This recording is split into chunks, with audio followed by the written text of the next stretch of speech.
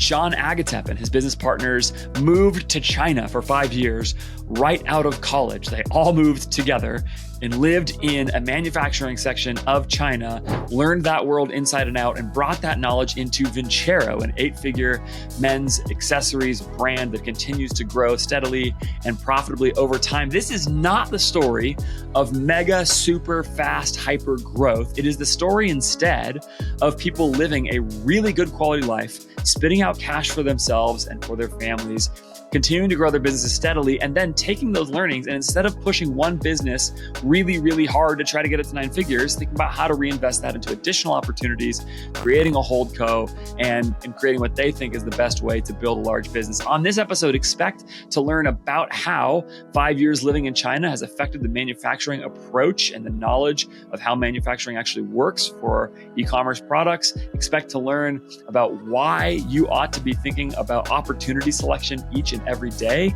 in your life, not just before you start a business, and what it is that is driving people to build a really good business without having to go scale it to the moon. This is a great conversation with Sean Agatep from Vincero. Let's get into it. Sean, thank you so much for taking the time to join us. I appreciate it a lot. I have so many questions for you. I have formerly been a HoldCo CEO. You've got a HoldCo. You've got a men's accessories brand and a similar range of businesses that I'm working on. So there's a lot here. Thanks for your time, man. Yeah, I appreciate you having me. I don't think they let us ops guys out in public too often. So it's let's see what happens. Yeah, I mean, I guess if you want to turn this off and give me your CEO, then we can get ready. Yeah. Okay, so tell people a little about Vincero to start. I think we'll probably spend some time there. Really cool brand, men's accessories brand, selling watches, etc. Give people the overview of what the brand is, so they have some context for this conversation. For sure, yeah. Vincero is a men's accessories brand. We make watches, eyewear, and jewelry with a focus on creating gifts for life's sentimental moments. So with Vincero, we spent a lot of time on, in a way, perfecting the gifting experience for men our age. One of the problems that we ran into. What's our age? Are you younger than me and you're assuming that we're the same age? What's our age? Our age is less than 50. Okay, all right, great. I'm in there. Okay, less than 50, older than 30. Let's throw it in there. Yeah, great. Yeah. So gifting experience for millennial men. Yeah. Okay, got it. Yeah. Awesome. And when did you start it? We started in 2014. We actually started it on Kickstarter. So we were one of those brands that kind of rode the Facebook train early on and been carrying it ever since. Cool. So, I mean, maybe let's start by just sort of breaking down what has led you to success. Like when I hear it started in 2014, 8-figure brand in 2025, that doesn't sound like mega super explosive growth. But then when I talk to you, it also sounds like that's partly on purpose, that's not really your goal. Your goal isn't to go, and maybe it was at some point, but can you talk about like sort of your approach to growth at Vincero and what you have thought about in that pathway so far before we get to what you think is next? Sort of how have you guys approached growth in the business? For sure. I think when you first start and you're seeing product market fit and you're getting a lot of tailwinds and you're running and you're getting a lot of momentum, it's very exciting. You're doubling year over year over year. There's a lot happening. There's a lot of movement. For us in our situation in the race that we were running, we came out of COVID. We opened up stores in New York and LA. Found ourselves a little bit over our skis because a couple months later, iOS 14 hit. And we kind of had a opportunity evaluation or a reassessment of what we actually wanted Vincero to be, whether we wanted to continue to massively scale it and double down on growth and everything else like that, or if we wanted to get it to a point where it was operationally stable, it was profitable year over year, it had consistent growth, and that's the route that we decided to take it. And so now, are you guys? Well, actually, before we do that, do you think? I mean, you said your early Facebook. Have there been any sort of key central things that you think have been critical to your guys' ability to get to 8 figures, profitable, all those kinds of things at this point? What have been the core stakes in that? I mean, you mentioned the product experience, nailing a gifting experience for men, and maybe it's as simple as that. But what has worked for you guys along that way? Yeah, I think credit to my partners who are not on the call now. They're great at marketing. They're great at branding. They're great at defining the opportunities that we should be pursuing from a channel and acquisition standpoint, and being disciplined on the numbers and everything that makes sense. So we're 90% digital marketing. Like we don't have a big wholesale presence. We don't have a brick and mortar retail presence. We focus on what we're good at and what we're consistent with. And then we just kind of continue to double down on what's working.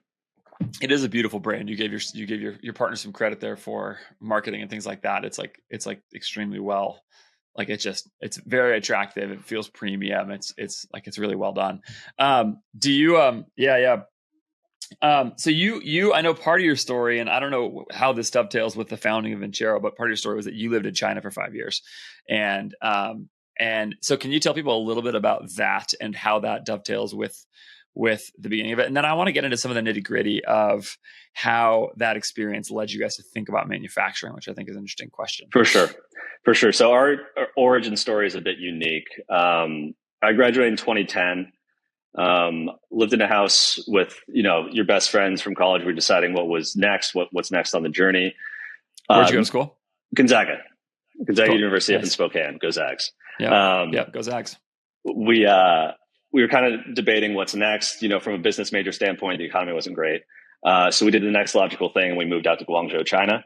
And we all moved out together, and we had a great experience of we basically caught the entrepreneurial bug once we got out there. We got jobs teaching English on the weekends, and they just tried to figure out how business worked and how to be adults during the week. You were able to figure out how to be an adult during the week during those days? We're still trying to figure it out. I mean, it's an ongoing journey. It's like product development. It's never finished. Yeah. You're an entrepreneur, so maybe not. Okay. And so like when you went there, was it purposefully to like learn the world of manufacturing? Was it what was the point of going to China for that time? So a couple of us had talked about listen, there's a lot going on in China. We got to keep our heads open or our eyes out. Like there's something out there. Maybe we can try to start something. And we were fortunate to where we moved was Guangzhou, which is like the third largest city in China. At the time, it was only 15 million people. And no one moves there for the sightseeing or anything. You're there for the manufacturing and the product development and everything else like that. That's where the Canton Fair is, obviously. So we got it. We just jumped headfirst into product development and sourcing and manufacturing, learning how that worked and being able to be on the ground there. When you're trying to make something or you're making something for someone else and they say, hey, there's going to be a delay for 3 weeks, instead of just getting that email or getting that call, it's like, okay, I'll be there this afternoon and we can talk through what's actually happening, what's wrong with the product. So you get to learn a whole lot more about the nuances of how the supply chain works and what's actually going on.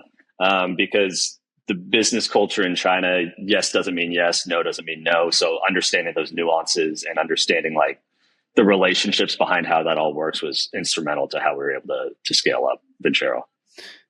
Let's camp out there for a minute. I'm really interested to hear. I think that's a unique experience to be in that, to be able to speak about cultural distinctions and really, I mean, like business culture specifically. Do you just give a little more detail on the interaction between your guys being in China and the founding of Vincero? So was it that you guys saw an opportunity to make watches or something and started making them? How did those two things come together? Yeah, essentially that was it. We were in a position where we understood sourcing, we understood product development, we knew how to make products. At the time, Kickstarter started blowing up with all these brands that were spinning everything up. And we were sitting in a position where we're like, okay, if Kickstarter is the best testing platform for your marketing messaging and trying to be able to fund production, right? Our unique advantage is we actually know how to make the product that people are saying that they can make. So let's use our product expertise and our experience to build a brand of products that we think are cool, that we're passionate about, that we care about. And so that started with watches, with the idea of let's just make cool stuff that we like, that we wish we had, that were at the time reasonable and attainable prices. Yeah. And so what is it when you say you know how to make product and you've been in that culture? What does that mean? What are the key insights that you got, or what are the key things that you have understood there and maybe especially if you think there's stuff that from your experience there that you think most people who are manufacturing in China, but who haven't lived there don't understand. Just talk a little bit more about what that is. What is the substance of the observation you're making there? For sure. So For Vincero specifically, let's say our hero product with watches, I think the biggest learning and the biggest underlying thing is that there's not just one supplier. Even if you're only talking with one supplier who's making one part or one component, there's layers and levels to this, right? So even if I'm talking with my factory that makes the watch dial, they actually only probably do the assembly. They don't do the actual printing behind it. They don't do the other components. They don't provide all of the materials. So like when you get down that wormhole and you're able to understand all the different layers and you're able to understand how all that interconnectedness works, you just get a better understanding of how the products that you're selling are actually built and how and the ways that they are built to where you can not only improve on them, but iterate on their designs and just make them better. The value proposition at this point for RICHPANEL is just really, really clear. RICHPANEL promises you that if you switch from Gorgeous or Zendesk to RICHPANEL for your customer service help desk software, you will save at least 30% on your bill. When that happens, on average, you will also see a reduction in ticket load, number of tickets filed by your customers, by 30%. That's especially because their AI-powered self-help customer service portal is just extremely good, helps customers get answers to their questions faster. And that is all possible because RICHPANEL was built from the ground up with AI. They did not add AI onto an existing legacy tool.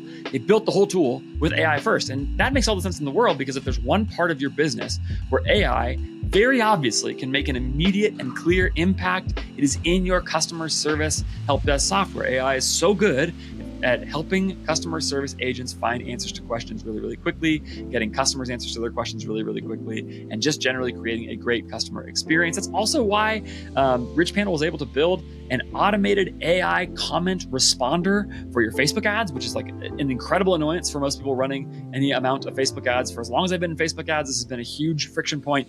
People know that they should be interacting with their customers as they comment on ads, and yet it's a huge pain. RICHPANEL has built an agent, basically an AI agent, that will go and do that for you and does an incredible job accurately and correctly responding to customers in real time at scale. On top of all of that, RICHPANEL promises that they can get you switched over from your current software to RICHPANEL in about 2 weeks' time. So it's quick. It's simple. They make the whole thing easy. They know you don't have time to waste. So there's just no reason at this point why you ought not at least take a call. Multiple of my clients are using RICHPANEL for their customer service help desk software, and also very large brands like Jones Road Beauty, like Ridge, like Pillowcase are using RICHPANEL because it is great software that can scale with your brand at a really affordable price. This is what e-commerce SaaS is meant to be, stuff like RICHPANEL. So go to richpanel.com, check it out today, tell them I sent you. So have you guys done that along the way? Have you you started with a watch that somebody put together and then you started picking apart different suppliers to your suppliers and stuff like that? Yes. How has that actually played out in Vincero? So now Vincero sits on a web of like 38 or 39 different suppliers that we have relationships at any point in time, right? Like it's for us to start to do that again would be very challenging and very difficult. But being able to be out there and being able to okay, well, on Tuesday, I'm just going to crank out a visit to these 3 factories that are an hour away from me. And I'll be able to build the infrastructure and almost like the backup plan for this current person we're working with. We can preemptively support that. So how in when it comes down to brass tacks in the way that the P&L looks as a result of this, or even the cash flow in your business works as a result of this, has that led to anything like an advantage around something like unit cost or MOQs or cash movement in the business in terms of lead times, terms as with the understanding you just said, 38 or 39 manufacturers. The place my mind goes there is that's potentially a lot of places to go save money or whatever. It's complicated, but it also is the thing. I had Roman Khan on a long time ago. I don't know if you know Roman, but brilliant dude. And, he talks about having 50 full-time people across his HoldCo who in China, just basically working with manufacturers all the time. And his big thing in terms of how this all works out to creating a business that spits out a ton of cash, which, he has more scale than everybody. So, so he's going to have some advantages in those relationships, but he has talked about how just essentially getting a bill of materials from a manufacturer and then just interrogating it line by line endlessly has been the pathway to him generating an incredible cash flowing e-commerce machine. For sure. So I'm curious if you've seen any specific like financial outcomes or advantages in your supply chain that have come out of that level of detail with 38 or 39 suppliers. For sure. I think the first layer of it is you understand the lead times for different components and different parts. So specifically with watch manufacturing, once you understand how long these different parts take, you're able to order those components ahead of time, so which provides you more flexibility in how you're actually ordering and planning and managing that stuff out. Then the other thing that you're constantly doing is for all of our main products or all of our main things that we work on, we have an A, B, and C supplier that we're constantly negotiating, letting them negotiate against each other for the business for every single PO that we place, with the idea that you're also going to need someone on the back end to where it's like, okay, if this B supplier drops off, I also need someone that I can slot in here. So when I'm saying 38 suppliers, it's like realistically, we're probably only working with 20 to 23, but we've got a few that we're cooking up in the background to where if something happens, you have that preventative maintenance and that infrastructure to move forward with it. Yeah, so you have a ton of flexibility and basically a bunch of redundancy built into the supply chain. When I think about, I have a theory, and I've said this a lot of times, but my theory is that supply chain is the most under-optimized part of e-commerce. That like basically most D2C founders just have massive low-hanging fruit gains to be had in that part of the business. And and part of the reason I think that is because of conversations like the one we're having right now, where I hear people who are good at this talk about it, and I'm like, oh, I've talked to people who have built pretty good sized businesses who I've never heard say anything like what you just said ever. Like they've shopped 5 manufacturers ever, like it's like, and so that's super interesting. And yeah, what you're describing sounds to me like your advantage is more in stability of your supply chain than in sort of like super low cost or something like that. Although also you're talking about people negotiating each other, so maybe it drives the cost down. Right. So I think there's two parts of it. For a brand our size, even now, I think we're a little overkill on our supply chain performance, right? It's because of our DNA of the product, being able to have that lineage, right, of being back there. But I also think that from like a performance perspective, you don't necessarily need to have that many suppliers, right? But if you want to continue to create good, solid products and kind of even go up market, you need to be able to compare what one supplier is saying versus what 2 or 3 others are. And the truth of what that cost actually is somewhere in the middle there, right? So when you're making a new product and you try to iterate on a new design, let's say we have this movement and we're getting a price from this watch movement.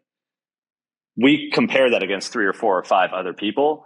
All those prices, not one of them are going to be the same price, right? But like you're able to kind of like delineate the truth within there. It is interesting what you're saying too about sort of being able to go up market. How much of your supply chain complexity is a necessity of watches? like in fact, you also sell necklaces. Like, do you have anything like that level of watches are hard, man. Watches are hard. Right. That's what I'm wondering is like if part of it is that but that actually creates an advantage, right? Because like if there's a higher barrier to entry, but you guys know what that barrier to entry is and can navigate the supply chain complexities, then it allows you to sort of have, it's just going to be harder for somebody else to make a $500 watch if you guys are selling. You guys aren't in the insane premium luxury space in watches, but $400 or $500 is a lot of money on it for a watch. So, yes. So you think a lot of that is because specifically you've chosen a complex product? Yeah, watches itself is inherently complex. I mean, even if I'm looking at a photo of a watch right now, like the glass is different than the hands is coming from someone else. The movement is coming from someone else. The pieces on the dial are coming from someone else. And this is just for like a little tiny thing, right? So the product itself is complex, which demands expertise into complexity. If you're selling t-shirts, it's easier to focus on maybe the materials and then just go wider in your supply chain and just focus exclusively on cost. Yeah. How do you guys, how does this look different for eyewear versus necklaces versus watches? Like, are there any distinctions in the way you guys approach those products supply chain wise? It's almost like it's a maturity in our understanding of what the business is at the time when we launched that product category, if that makes sense, right? So we knew the intricacies and everything of watches. We started with watches. That's where our expertise is going to be. Eyewear is a secondary category for us. We're not as focused on fine tuning all the exact specifications and requirements and everything from eyewear because the demand isn't quite there yet. From a jewelry perspective, we're focused more on the intricacies and the designs and the detail and the specific designs. That's where you're getting a lot of value and uniqueness of that product category.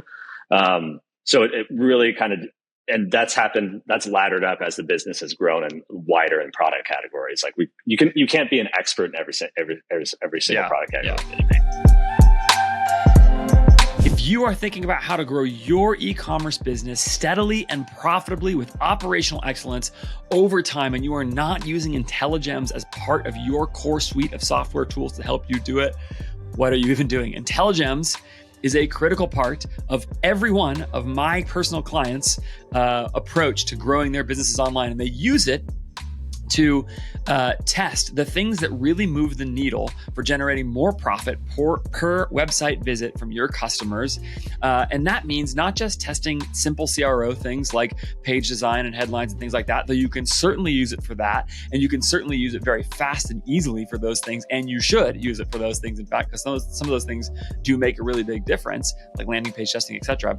But you can actually do it to test much larger things across the website, such as the price of your products, which I bet you picked out of thin air, but has a massive impact on how customers interact with your brands. Maybe you have more price elasticity than you think. Maybe you have less. You can know that for sure by running A/B tests with INTELLIGEMS. Maybe you should be testing your site-wide discount, like the 10% off that you offer new customers if they fill in your email address. Maybe it should go to 20. Maybe it should be a stacked discount. You can, again, know this by testing it across your site with INTELLIGEMS. You can do free shipping thresholds, shipping price. You can even do a full Shopify theme split test if you're thinking about doing a full redesign of your site. And the beauty is you can do it all pretty quickly and easily without the help of a developer. INTELLIGEMS will get you set up moving quickly so that you can be testing really fast and effectively right away. So go to intelligems.io, use the code FARIS20, FARIS20 to start testing profit moving, needle moving things on your website that's going to help your customer experience and help drive more profit per visitor. Intelligems.io, FARIS20 for 20% off your first 3 months. Okay, so let's start to move the conversation towards something you and I were talking about a little bit that I think is really interesting, which is you've decided that and I'll let you articulate how you want to articulate this, but you've expressed that you've decided that you guys are not trying to grow Vincero to be the biggest company in the world really fast. You know, it sounds like you have a sense that Vincero has sort of a natural size that it works really well at, and that pushing it much past that is not the best use of your time. So why don't you explain that thesis a little bit and how that's affecting what you and your partners are doing day to day and the decisions you're making, and then I'm going to interrogate it a little, and so and then you tell me why it's I think you're onto something, but I'm curious to kick it around with you. Yeah, so I think it comes down to where the life cycle of the company is, right? When we were scaling rapidly, of course, you're going to pursue growth at all costs, and you're going to keep going. The problem with that is that ultimately the winds are going to shift, and you don't know the tailwinds were behind you until they're in front of you. And so we decided that, like, we got Vincero to this point. To get to the point of, like, let's say we wanted to double Vincero. That effort and that time and that energy spent doubling Vincero versus, like, what if we just focus on, let's get 20 to 30% growth year over year for Vincero? Like, can we just be operationally excellent and just leverage and squeeze out and continued growth in the lineage of the company? It's still a fun brand. Like, we like making the products. We stand behind the products. You know, we're passionate about, like, what we're actually doing. And instead of taking that energy of trying to force that boulder uphill for, like, doubling growth, let's take that energy into what we're good at, which is building, which is starting things from the beginning and then just building them up and then being okay with them being smaller. 20 to 30% year over year growth is still meaningful. So it's not like you're, like, abandoning growth for Vincero. Describe that. Yeah. No, it's more of, like, our willingness to take big shots is not that appetite isn't as big as it was in the past years, right? We don't feel an urgency to try to continue to grow for growth's sake. Okay. So I could see a few different approaches to that then. Mm-hmm. One of them is, well, actually, I'm going to ask you about something you just said. Why not? Why don't you feel that same urgency? Because that's the benefit of running your own race, right? That's the benefit of like deciding what you actually care about, right? Like I think for Tim, Aaron, and I, we get more satisfaction out of the building and the identifying opportunities, figuring out solutions, building solutions for that, and like that part of the process than scaling and managing and like that risk appetite of like going after that. So if we gravitate towards that stuff anyway, then why not just build a life around what you like doing and what you're good at, as opposed to like jumping into the void and the unknown. I mean, I don't know which way is right or wrong. It's just that's the race that we feel like we want to be running. So interesting. So many of these decisions come down to like not really I mean, it sounds like you're being strategic. I don't want to undersell that you're being strategic from a business perspective, but you're also expressing that very much in a life desires and goals. And it sounds like you and your partners are pretty aligned on this. Like you guys have similar vision, which is a really big deal when you're working with partners. And dude, we're very fortunate. Like, I mean, I've known them since freshman year of college. We're still all best friends. Like we all have young kids around the same age. So we're all in that same point in life anyway, to where it's like, listen, we're not really going anywhere anyway, right? Like there's no, like, we just want to be able to build, we want the path of least resistance to the life that we want to be able to live. And we already have this entity in Vincero. Let's keep it stable. Let's keep it profitable. Let's keep it growing at a reasonable level where that stability provides peace of mind that we can do other things as well. Yeah. And there's a real thing here when you have young kids. Like I have a 5-year-old and a 3-year-old. When you have young kids, it's just not the time in life to be going pedal to the metal. Correct. It's Correct. just too Correct. exhausting. And correct.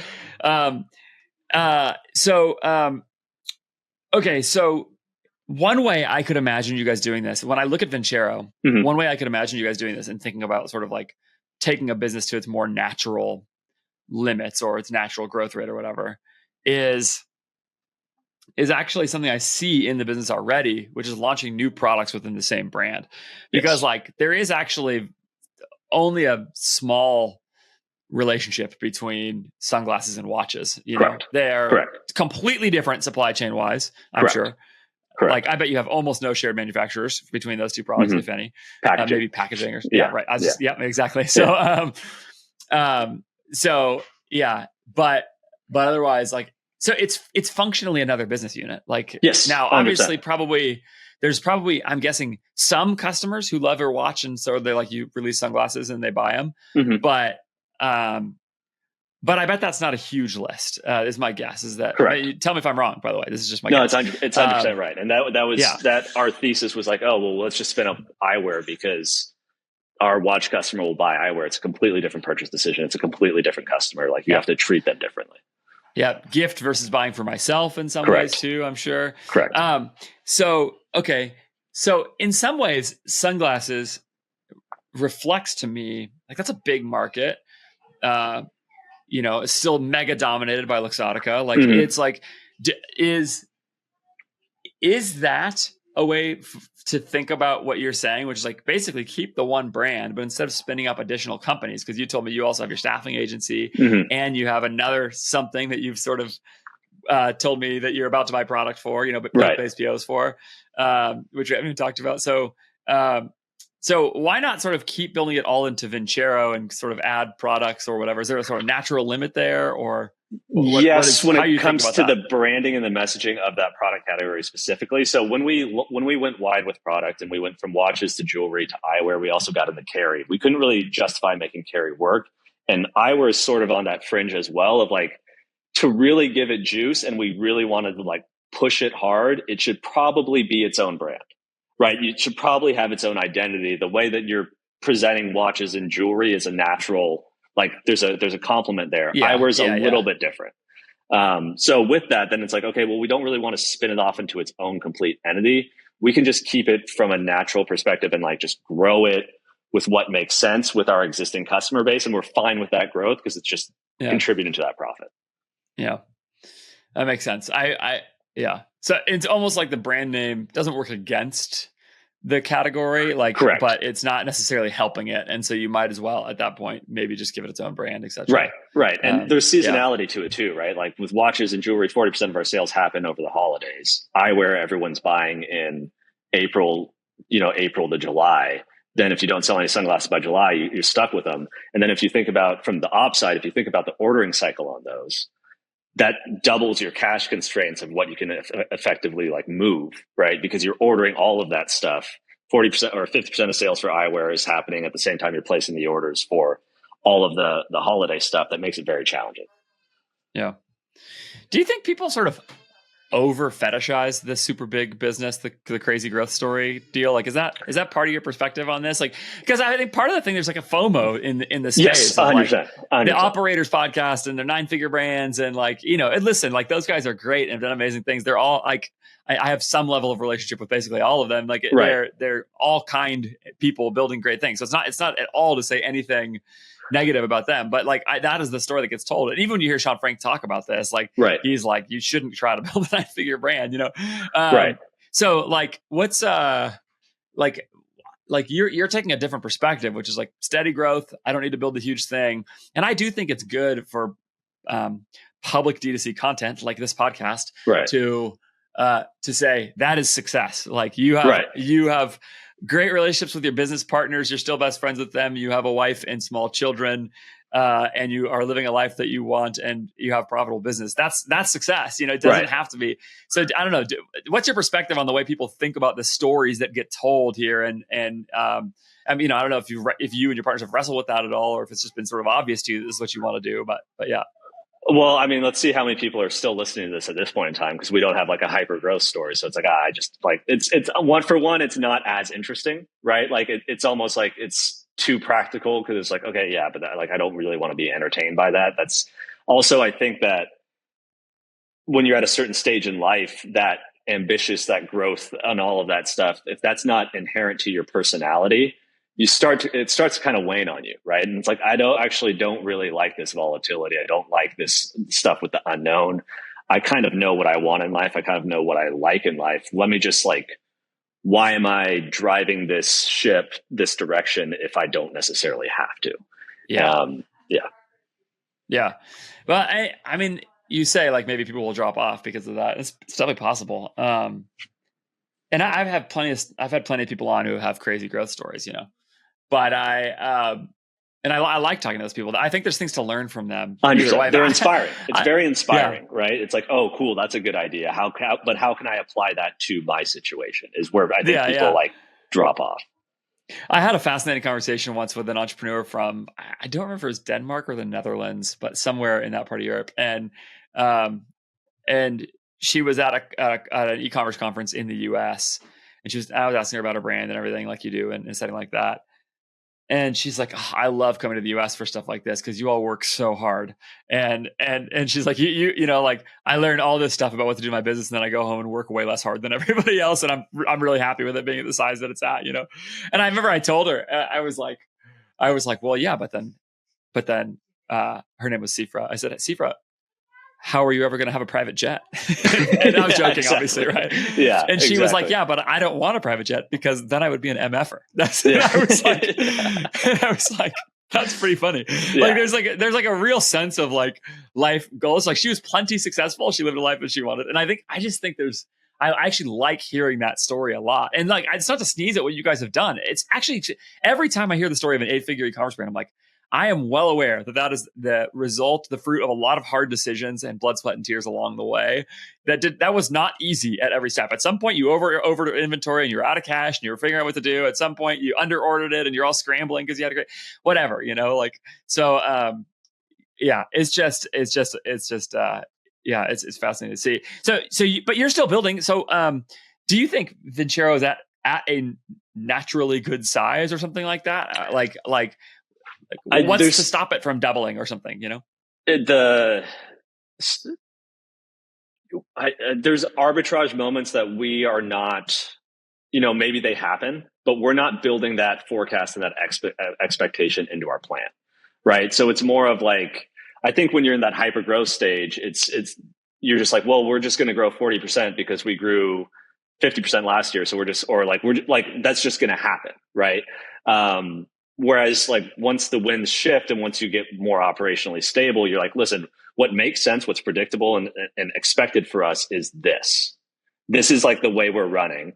And if we can figure out ways to like increase that over time, that's great. But like the expectation is we're not going to hockey stick this year, right? If we can hockey stick, totally down. I'm not going to like dismiss it. But our understanding of the business and where we sit within the market to hockey stick that would take significant capital resources and time, which we're not devoting. So we shouldn't expect that to happen. I like that a lot. So instead, you're putting more of those kinds of resources into starting another business. Correct. Can you say anything about it? It's okay if you can't, but can you say anything about what the business is? So it's going to be called Captain Buck. I don't want to dive in too much into it because it's my partner's baby, and I don't want to ruin how we're saying it. But we're everything we've learned from Vincero, and I think this is where we're a little bit different from the holdings company perspective, is we are building businesses that like Vincero isn't. Right. So Vincero is a cash heavy, like it's almost like what we dislike about Vincero. It's like, okay, let's make another business that's like not that. Right. And let's just use our ability to build and scale those things, as opposed to be like, well, we sell watches, so let's just spin up another watch brand. It's like, well, no, I want something that's like a completely different profile. Yeah. CPG or something, probably. Right. Yeah. Yeah. When I hear the name Captain Buck, I assume like men's CPG is what it sounds like, which is great. So yeah, I think we're in a similar stage. I'm starting a men's CPG brand, so I get it. There's the notion of opportunity selection that I think is a really important idea. Just that like at any given point, like applying the same amount of leverage to a better opportunity creates a better outcome. And what I hear you saying is that you could apply a whole bunch of leverage to Vincero and try and grow it, or you can apply that same amount of leverage to Captain Buck or to Title or whatever else you're doing, and actually that would create a larger outcome. And I think when people think about the notion of opportunity selection, they think about it before starting a business. What they sort of don't do is think about it every day, always, like ongoing, like just the idea that today there's an opportunity selection thing where it's like, okay, how can I apply that? But it has such an outsized thing. Everybody who's ever started a supplement brand knows this, which is like my supplement clients are working almost exactly as hard, if not as hard, as some other brands of mine. And they are going to be a bigger and better brand, at least as things stand today, because it's a better opportunity. And, for a number of reasons, I don't want to start a supplement brand, but like it makes sense that you would say like just opportunity selection is kind of the critical thing. So when I hear you work through that decision, that's what I hear is like this consistent reassessment of what's the best opportunity. And for you, that means, okay, now we have a HoldCo. Now we don't just have Vincero, we have a HoldCo because we think there's a couple of other opportunities here to do that. Is that an accurate way to describe how you're thinking about it? Yeah. And to use a more like tangible example, I mentioned that we don't have a big wholesale footprint, right? We haven't been able to crack that door. I think it doesn't mean that I don't think we can, but I think it's probably a 3 to 5 year play and it's going to take a significant amount of time. One of us is going to have to do that. We're going to have to hire someone who actually knows that. We're going to have to put a whole lot of money into that. And it's like, okay, well, how much energy and effort could I do for less money to then just get something up to 7 figures? Right? Like, wouldn't that be a better use of my time because I know and I have control over how to do that? And so wouldn't we just apply that expertise and those resources to that versus jumping into the void of like something completely different, right? Within Vincero still, but it's like, it's not within our skill set. Yeah. Are you concerned at all about the energy suck? Like, is there a possibility that's going to make your Vincero growth go down to 5% or something like that because you're putting too much time and effort into something else? No, because I really like the way we've structured it in that we're each sort of like championing a project, right? And so we almost got to the point where, especially after like 6-7 years, it was like, okay, the three of us know how Vincero works. We know how to run it. We know what's going on with it. It's almost like all three of us are overqualified to still be working on just this. Right. It's like, why don't we just move Sean to Title and have him run and spin that up? My partner, Tim, he's really championing like the Captain Buck side of it and the branding because he's very good. He's a genius with the branding and everything like that. It's like, it's almost invigorating because then we're essentially our own board making the decision, but like we each have our own projects that's contributing to the pot. How are you guys handling the equity splits on each of these? Is there any difference in equity relative to each project for you guys? No, because they're all in different stages. So we split that. The equity is going to be split equally, like proportionally. I don't know. It's way easier to do this with your best friends that you've known since forever, because like you can have those transparent conversations about comp and what we want to live on. And so we engineered this of like, okay, what number do we want to live on? What do we want to get there? What makes sense with what we want to do? How do we structure that to what like feels fair and equal across all this other thing, across all these things? But I mean, even specifically, are you guys all equally, do you have equal amounts of equity in each of the three organizations? Yeah. Okay. Got it. So you're not at this point. Yeah, that makes sense. I could imagine that creating a challenge at some point if you end up spending all your time on one thing or whatever. But you know, who knows? It's a sneaky hard thing about holdcos in my view, is that like the cap table as things expand can change, especially if like the thing I'm working on over here is just a worse opportunity and everybody knows it. Let's say Captain Buck runs circles around Vincero. Well, it's like, okay, so, you know, anyway, but, and anyway, I think the equal equity is probably the right way to do it. But well, yeah, and it's like Vincero's mature, it's stable. We know what it is, but also like from an OpEx perspective, we also know what's healthy for it to run at, right? So it's like, okay, we got to make that work. We got to make that fit.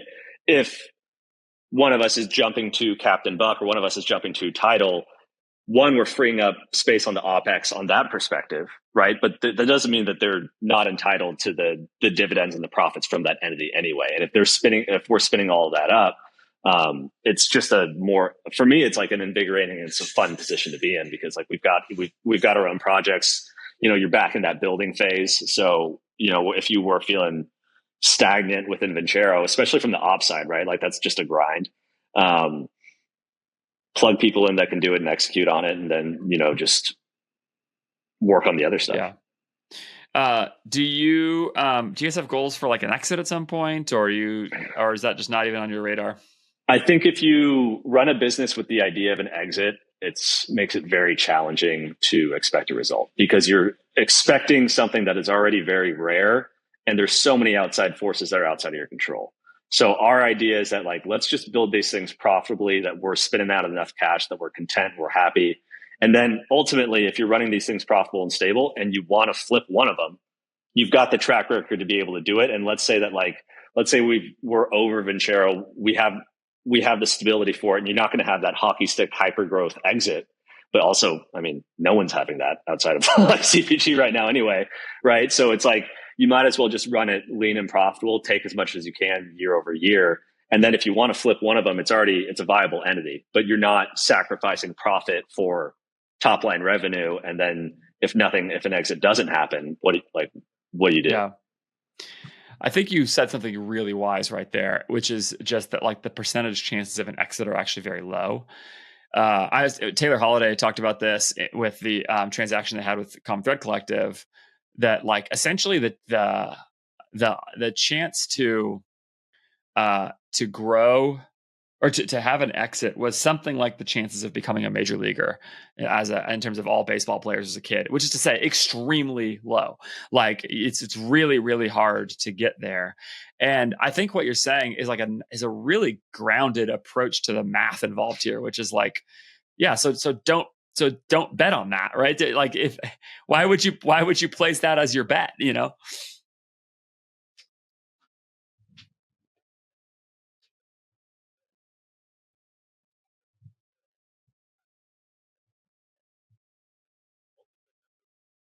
Yeah, that's right. Yeah.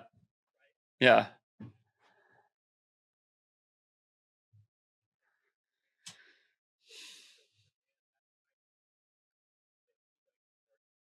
Yeah. Yeah, it's funny. It's very similar to the thing like we're talking about with like the 9-figure business or whatever, where I actually love celebrating the exit stories, because I think there's something about that feels like a win for the whole community when somebody has an exit. Like the D2C community, I think, is really like for each other as a general rule. People are rooting for each other.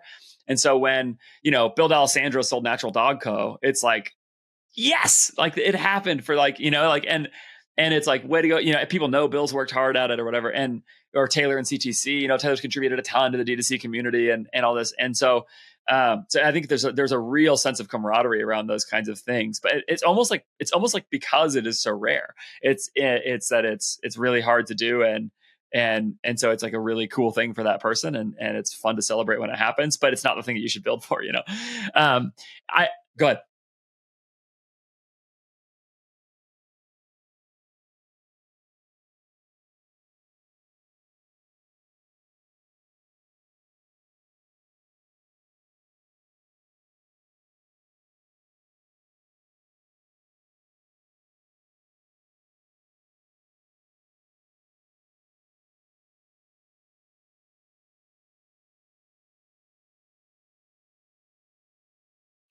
All right, I have one last HoldCo question for you, which is, are you doing anything tricky with shared services across P&Ls or bringing P&Ls together, anything like that? Sometimes that is people's assessment of how you ought to run a HoldCo, where you have a lot of shared services. Other times people look at it and say, like, no, we actually, all I mean by HoldCo is that we all own equal parts of basically totally separate entities, and so I'm curious which approach you guys are taking. Yeah, so definitely shared services, again, because there can be so much transparency with your best friends forever. It's a whole lot easier to do it. But also that's why, from the staffing agency perspective, that's why we started it first, because we are going to need the people anyway. So we might as well build something up that can spin off cash already, and then build the people into the infrastructure and have that capacity to be able to do that. And then our head of product is awesome. She's done a good job of taking my job away from me, which I'm stoked on, because like if she wasn't as good as she is, we wouldn't be able to do all of this stuff. She's also been able to lead the charge and help Tim with Captain Buck and the product development and everything. So it's all going to be within the same family. Yeah. Okay. Yeah. It'll be interesting to see, how as those grow, if they demand more of each individual's time. The shared service around title makes a lot of sense to me. Just that it's like they're just going to use that. Are they like getting discounted costs on sourcing or anything like that, or are you making them pay full price to title? No, I mean it's just Tim, Aaron, and I that are writing the checks anyway. So it's like, well, no, if you need someone, like there you go, right? Like that's just all it is. Yeah, as long as it's you guys, then it probably makes sense. At some point, if other people become compensated in it, then it I mean, we experienced this with when I was running 4x400, a HoldCo connected to Common Thread Collective. We started by having 4x400 use CTC services, except that I was just like, it was like, oh, we'll have discounted cost of service for digital advertising. Except that I was the worst client because I was extremely demanding and had a whole bunch of knowledge in the area. And also I was paying the least. So it was just the CTC teams hated working with me, even though it was supposed to work. But that's because there were a lot more people involved. At a certain size and scale, I think HoldCos become challenging. And I think our expectation is that we're not going to be that big anyway, because our number to get to from a cash perspective isn't really that high. So it's we can be flexible. We don't need to overcomplicate it. Yeah. It's a good problem to have if it does get that complicated. And if that becomes the case, then we'll just spin it off. Have you talked to Kelsey Larrick at 365 Holdings at all? No, I haven't. He'd be a good chat with you. He's been on my show a couple of times. Really smart guy. I'm gonna try and have him really soon. He has a crazy story about something that happened in his business that hopefully never happens to anybody, but financial fraud and stuff. Anyway, but I think they've come out on the other side of it, which is good. Anyway, they're a little further down the line in terms of size than you guys are, but they're doing HoldCo really well, I think, and very similar things. So, all right, Sean, any last stuff that people need to, that's something that you're burning on that you think is just a critical insight along the way that you think would really help people, or anything very top of mind for you in your observation of D2C right now? No, before we wrap up? Not really. I don't really have any wise words, right? I'm the sarcastic guy that cracks jokes in the meetings and kind of keeps our head down, and we stay out of the marketing's way. So nothing that I don't want to step on anyone's toes here. Okay, great. All right. Well, thanks for your time. I appreciate it. It's a great conversation. For sure. Sounds good. Thanks so much for watching or listening to the show today. Do subscribe wherever you are doing that. And I would also love if you would leave a comment if you have any questions. I'd be so happy to interact with them there. I do read all of the comments basically that come through. And so I'd love to check those out and interact with you there. You can email me at podcast@ajfgrowth.com. If you have any questions or thoughts or ideas for episodes or guests or anything like that, please fire them my way. You should also go to ajfgrowth.com if you want to work with me and my team to grow your e-commerce business. Go fill out the intake form on the website and get a conversation started, and we'll see if we're a good fit for you. Thanks again. There's all kinds of great episodes coming up. You're not going to want to miss them. So like I said, do subscribe, but don't forget to go check out RICHPANEL and INTELLIGEMS. companies that I've been working with for a while that I'm a big fan of, that my clients are actually using. Go to the show notes, follow the links. You know what to do. I'll talk to you next time.